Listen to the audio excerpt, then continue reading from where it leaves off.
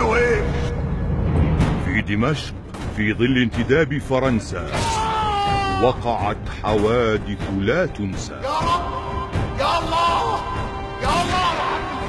قدر وأمانة، وفاء وخيانة. معركتنا هي أهم من معركتنا مع الفرنساوي، أهم بكتير، لأنه عرفنا عدو اللي هو من لحمنا ودمنا، مع شرفه وعرضه ودينه مشان وسخ الدين.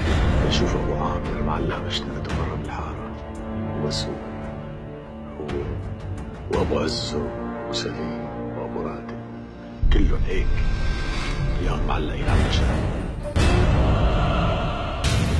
ولكم سلاح. أضخم إنتاج سوري لعام 2017. عطر الشام. والله لا يتم أولادكم ورمل نسوانكم. يا عيب الشوم عليكم. رشيد عساف.